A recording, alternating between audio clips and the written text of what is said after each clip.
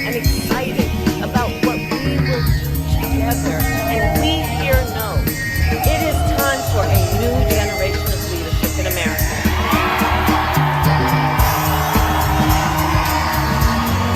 And I am ready to offer that leadership as the next president of the United States of America. Donald Trump today hitting 3 key states, Pennsylvania, Michigan, and North Carolina. We have to turn out and vote tomorrow. We're going to have vote. But in contrast with Harris, the former president's message at the end of this race seemed dark. Over the weekend, joking he wouldn't mind if the journalists covering his rally were shot. That was recent last year. And all we have really on the field is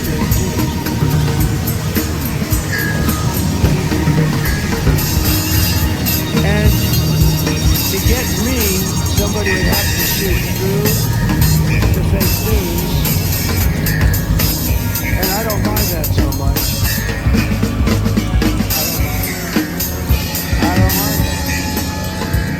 It comes just days after he imagined guns trained at the face of former Republican Congresswoman Liz Cheney. She's a radical war hawk. Let's put her with a rifle standing there with 9 barrels shooting at her, okay? Let's see how she feels about it. You know, when the guns are trained on her face. In the final days, Trump lost both the popular vote in 2020 and the Electoral College, insisting he should never have left the White House. We shouldn't have left, I mean, honestly, because we did so well. And he's already questioning this election. And tonight, the first clues from the preliminary exit polls, voters from early voting and from in-person voting on this election day, reached by phone, text, and email. Voters were asked what was their top issue. Out of the 5, the state of democracy topping the list. 35% said it was their top concern, 31% said the economy, 14% abortion, 11% said immigration, 4% said foreign policy. Voters were asked, do you believe our democracy is secure or threatened? More voters say it is threatened than secure. 73% said it's threatened. 25% said democracy is secure. And on candidates' favorability, 44% said they see Donald Trump favorably. 54% see him unfavorably. 48% of voters said they see Kamala Harris favorably. 50% unfavorably. They are preliminary exit polls from across the country. It is still very early. John Carl standing by here with what he's just learned from his sources inside both campaigns tonight, how they're feeling about the early vote and what they're now seeing today on Election Day with turnout. So we begin here with ABC's Barry Bruce on the Harris campaign. Tonight from Philadelphia, Pennsylvania, to Snellville, Georgia, and Detroit, Michigan. Long lines of voters snaking through the battlegrounds as this hard-fought election finally draws to a close. Have you voted already? You did, thank you. Washington, D.C., Vice President Kamala Harris making a surprise stop at the Democratic Party headquarters, working the phones, speaking to voters, and even their children. What's your name?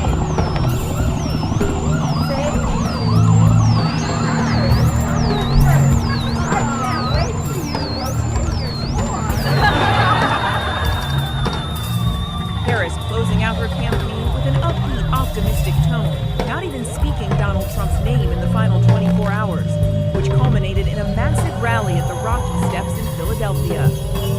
My entire career has been driven by a singular purpose: to fight on behalf of the people. On behalf of the people. And it is my pledge to you that if you give me a chance to fight on your behalf as president, there is nothing in the world that will stand in my way. Before, Harris going door to door in the must-win state. I just wanted to come by and say I hope to earn your vote, and I wanted to just thank you for just giving us the time. Pennsylvania, the linchpin of her strategy. The Harris campaign telling us they knocked on 100,000 doors there this morning alone before 11 a.m. An all-out effort to get out the vote. Former President Trump, meantime, visiting his campaign headquarters in Palm Beach, Florida, sounding confident. It's too early to congratulate, but we are here against record numbers. Across the battlegrounds, election officials say the vote is going smoothly. see what turned out to the other campaign. Former President Donald Trump closing out his campaign with 3 stops in the battleground states of North Carolina, Pennsylvania, and tonight he'll be in Michigan. ABC's Rachel Scott on the Trump campaign. Tonight in North Carolina, Donald Trump and the closing argument his team was hoping for in the final days. What he says would be his last campaign. But I'd like to begin by asking a very simple question. Are you better off now than you were 4 years ago?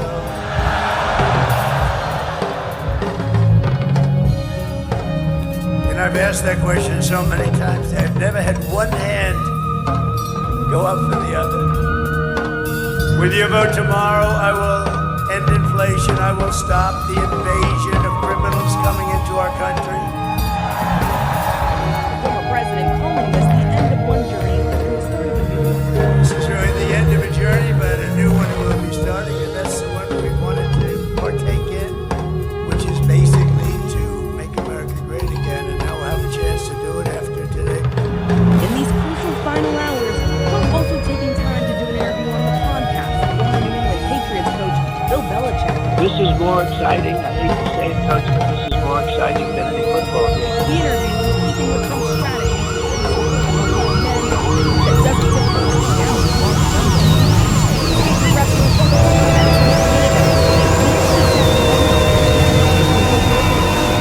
Want to go with an 80-year-old president? But one of Trump's most prominent female supporters, former South Carolina Governor Nikki Haley, has warned he could risk alienating women. This is not a time for them to get overly masculine with this bromance thing that they've got going. 53% of the electorate are women. Women will vote. Haley spoke at the Republican National Convention. She has not campaigned for Trump. Still, she published an op-ed in the Wall Street Journal today telling voters to back her. This will be the golden age of America. Tonight at a rally in Pennsylvania, the crowd positioned behind the candidate, largely female, could have included signs reading,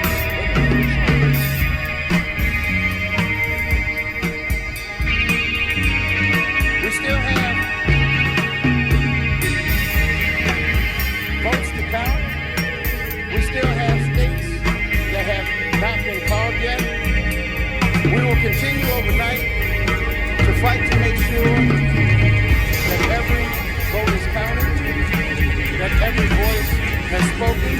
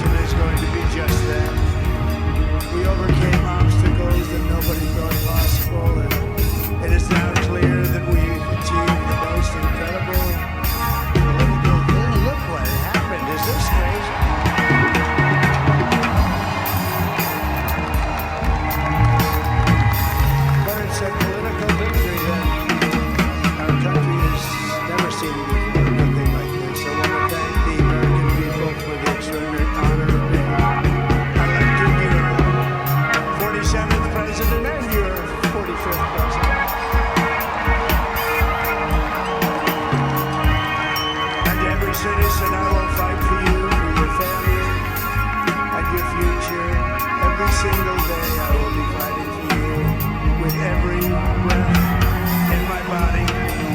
I will not rest until we have delivered the strong, safe, and prosperous America that our children deserve and that you deserve. This will truly be the golden age of America. That's what we have to do. This is a magnificent victory for the American people that will allow us to make America great again. And in addition to having won the battleground states of North Carolina, I love these places, Georgia, Pennsylvania, and Wisconsin, we are now winning in Michigan, Arizona, Nevada, and Alaska, which would result in us carrying at least 315 electoral votes, but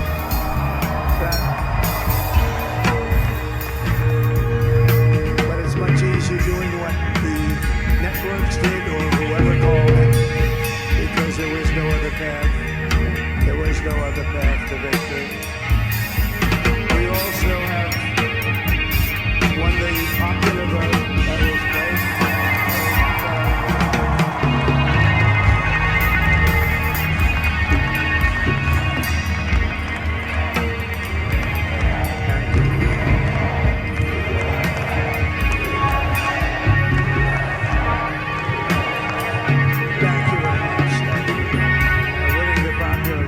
Very nice, very nice. I wrote down a great feeling of love. We have a great feeling of love in this very large room with unbelievable people standing by my side. These people have been incredible. They made the journey with me, and we're going to make you very happy. We're going to make you very proud of your vote. I hope that you're going to be looking back someday and say that was one of the truly important moments in my life when I voted for this group of people beyond the president, this group of great people. America has given us an unprecedented and powerful mandate. We have taken back control of the Senate. Wow, that's great. And the Senate races in Montana, Nevada, Texas, Ohio, Michigan, Wisconsin, the great Commonwealth of Pennsylvania, were all won by the MAGA movement. They helped so much. And in those cases, every one of them, we worked with the senators. They were tough races, and I mean, the number of victories in the Senate was absolutely incredible. And we did tele-rallies. We did tele-rallies with each one of them, and sometimes we did 2 or 3. And it was amazing to look at all of those victories. Nobody expected that. Nobody. So I just wanted to thank you very much for that. And you have some great senators and some great new senators. And it also looks like we'll be keeping control of the House of Representatives.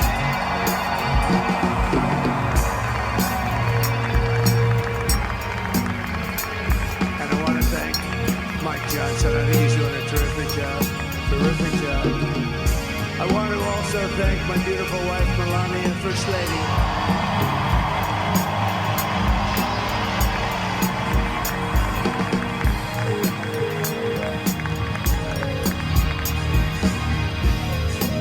Who has the #1 best-selling book in the country? Can you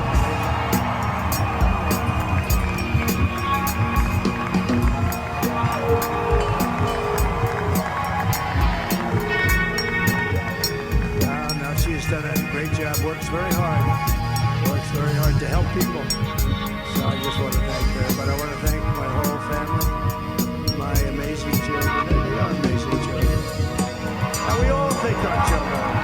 Everybody here thinks their children are amazing, but that's a good thing when you think they are.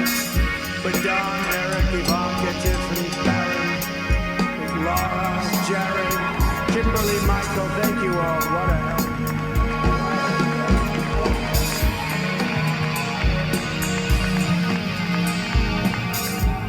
father-in-law, Victor, is tremendous, and we miss very much Melania's mother, Amalia. We miss Amalia, don't we? Huh? She would be very happy right now, standing on this stage. She'd be so proud. She was a great woman, that one. Beautiful inside and out. She was a great woman.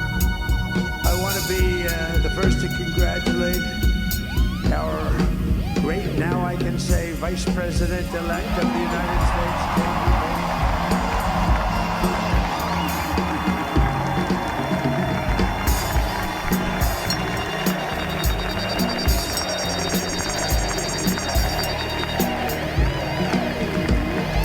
And his absolutely remarkable and beautiful wife, Chavez. And he is a feisty guy, isn't he? You know, I've said, go into the enemy camp, and you know the enemy camp is certain networks. And a lot of people are like, sir, do I have to do that? He just goes, okay. Which one? CNN, MSDNC? He'll say, all right, thank you very much. He actually looks like, he's like the only guy I've ever seen. He really looks forward to it, and then he just goes and absolutely obliterates them. Say a couple of words.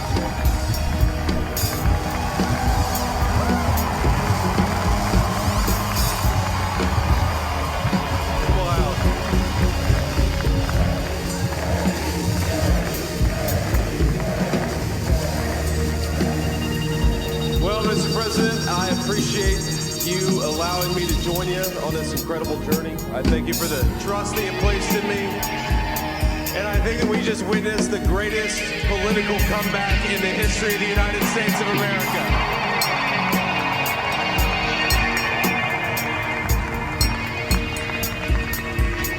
And under President Trump's leadership, we're never going to stop fighting for you, for your dreams, for the future of your children. And after the greatest political comeback in American history, we're going to lead the greatest economic comeback in American history under Donald Trump's leadership.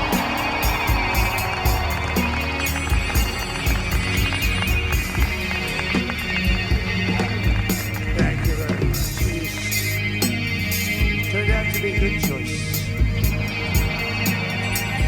I took a little heat at the beginning, but he was, I knew the brain was a good one, about as good as it gets. And we love the family, and we're going to have a great 4 years, and we're going to turn our country around, make it something very special. Lost that little thing called special. We have to make it so, we're going to make this so great. It's going to be the greatest country, potentially the greatest country in the world by far, and right now we're going to just work very hard to get all of that back. We're going to make it the best it's ever been. We can do that. We just, if we had to wait longer, I don't know if it's going bad, if it's going that bad. We're going to have to seal up those borders, and we're going to have to let people come into our country. We want people to come back in, but we have to let them come back in, but they have to come in legally. They have to come in legally. You know, I was president, and now it looks like I was going to be maybe president again, so I figured I could ask him to hold.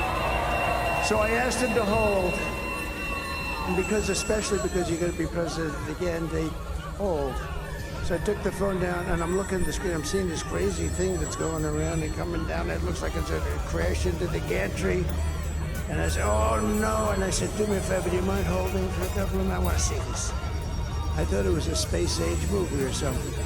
I put the phone down, but I didn't pick it up for 45 minutes, and he was holding. But this spaceship came down, and I saw those engines firing, and it looked like it was over. It was going to smash, and then I saw the fire pour out from the left side, and it put it straight, and it came down so gently, and then it wrapped those arms around it, and it held it, and just like you hold your baby at night, your little baby. And it was a beautiful thing to see, and I called Elon. I said, Elon, was that you? He said, yes, it was. I said, who else can do that? Can Russia do it? No. Can China do it? No. Can the United States do it other than you? No. Nobody can do that. I said, that's why I love you, Elon. That's great. And you know, when we had the tragic Hurricane Helene, and it hit North Carolina, they were really devastated. The water. This was a big water, as big as we've ever seen. Water hurricane. It built lakes out of nothing. Fields became lakes, and the danger was unbelievable. And the people from North Carolina came to me and they said, would it be possible, at all possible, for you to speak to Elon Musk? We need Starlink. I said, what's Starlink? It's a form of communication. So I called Elon. And I'll tell you what, he had, and it was very dangerous. People would die. They had no communication. All the wires were down. I called Elon Musk. I said, Elon, you have something called Starlink. Is that right? Yes, I do. What the hell is it? He said, it's a communication system that's very good. I said, Elon, they need it really, really badly in North Carolina. Can you get it? He had that there so fast. It was incredible. So, and it was great. It saved a lot of lives. He saved a lot of lives. But he's a character, he's a special guy, he's a super genius. We have to protect our geniuses. We don't have that many of them. We have to protect our super geniuses. I want to thank some of the guys. You know, we have up here today the U.S. Open champion. He's a fantastic golfer, slightly longer than me at the ball, a little bit longer than me. Just a little bit. Bryson DeChambeau is up here somewhere. What happened to Bryson? Where is he? Bryson. Oh, he was shot. He's hitting balls. Oh, he's on the way. He's hitting balls. Bryson. Oh, look at him.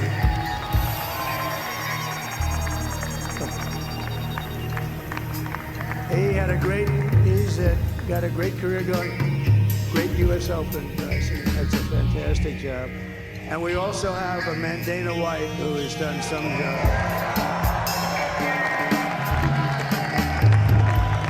He's that tough guy.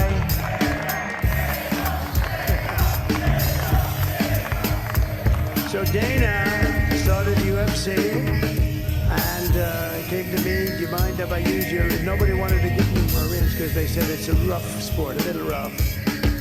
And I helped him out a little bit, and I went, and I said, this is the roughest sport I've ever seen, but I began to like it, and he loved it, and nobody's done a better job in sports. And you know, he's a very motivational kind of a guy. What he does, he gets these fighters, and they really go at it. He's become one of the most successful sports enterprises anywhere at any time, doing so well. I'd like to ask Dana just to say a couple of words, because people love to hear from him. Dana?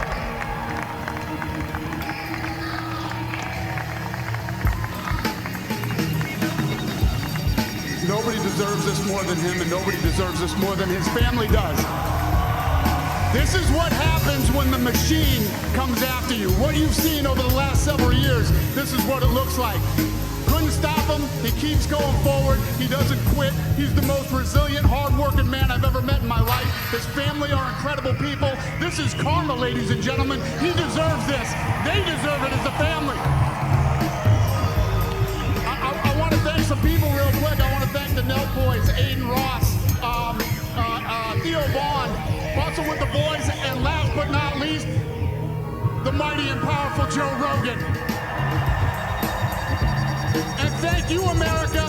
Thank you. Have a good night.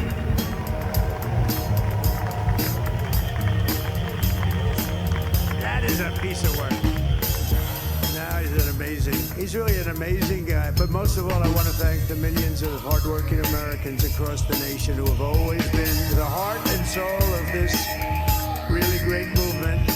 We've been through so much together, and today you showed up in record numbers to deliver a victory.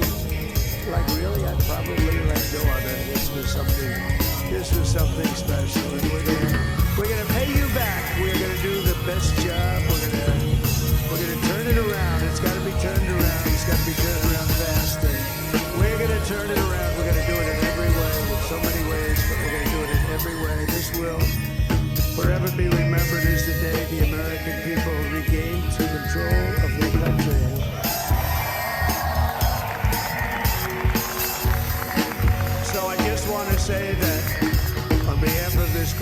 super people. These are hard-working people. These are fantastic people, and we can add a few names like Robert F. Kennedy Jr.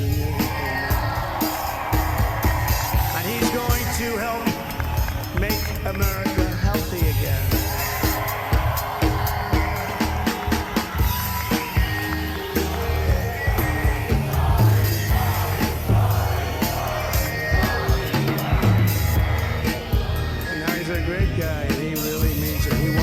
Some things, and we're going to let him go through it.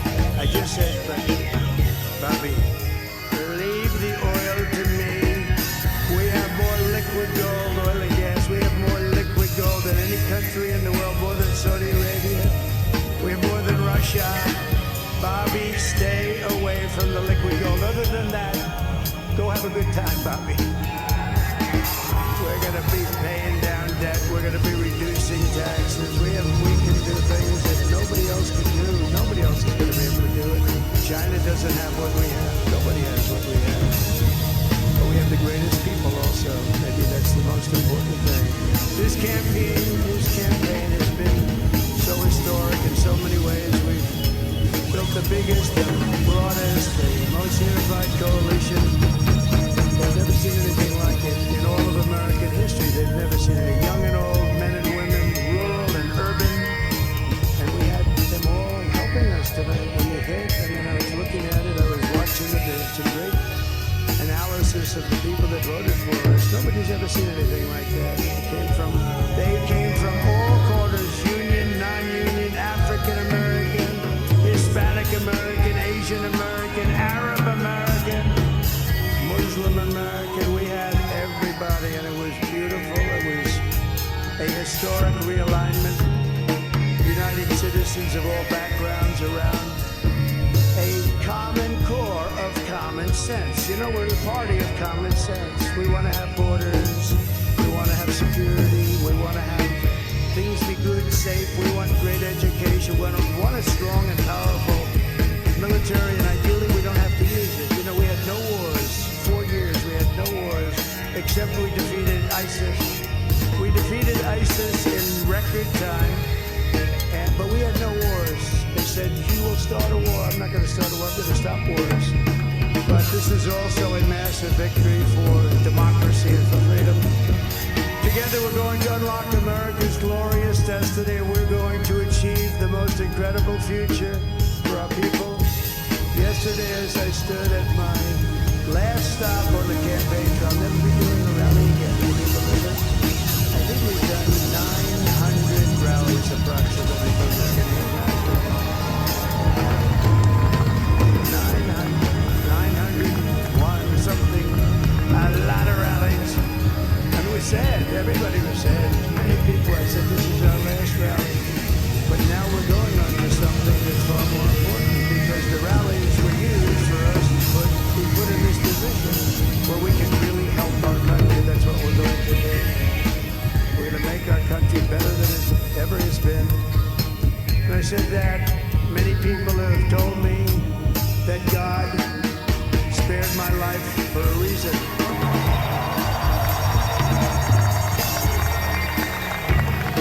And that reason was to save our country and to restore America to greatness. And now we are going to fulfill that mission together. We're going to fulfill that mission. The task before us will not be easy, but I will bring every ounce of energy, spirit, and fight that I have in my soul to the job that you've entrusted to me. This is a great job. There's no job like this. This is the most important job in the world. Just as I did in my first term, we had a great first term, a great first term. I will govern by a simple motto: promises made, promises kept. And we're going to keep our promises.